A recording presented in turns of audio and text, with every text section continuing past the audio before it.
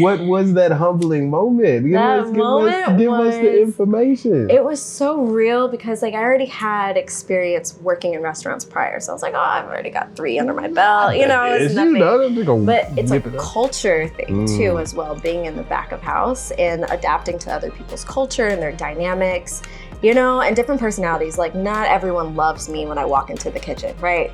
Come on. They're looking at me like, okay, she's too pretty, or she's just too this. She probably doesn't know how to cook. Like the list goes on that I've heard and seen or thought. And, you know, I have to have this like tough shell walking in, you know? So yes, a lot of them did not like me, and I'm not afraid to say it, you know, but I got bashed a lot just being a woman. I got sexually harassed a lot being a woman. And it's just one of those things where it's just like, okay, you gotta just work a little bit harder to prove your dignity. You know, because like they're gonna try you. They're gonna throw away your food that you prepped for a whole day for, and you walk into the next shift and you have nothing. They're gonna try you like that. And some of those moments happened to me, and I was like, all right, I see what time it is. Yeah. Yeah. See. It's wild that I can comfortably talk about it now. Right. But back then I was like, what? Yeah. This is really how?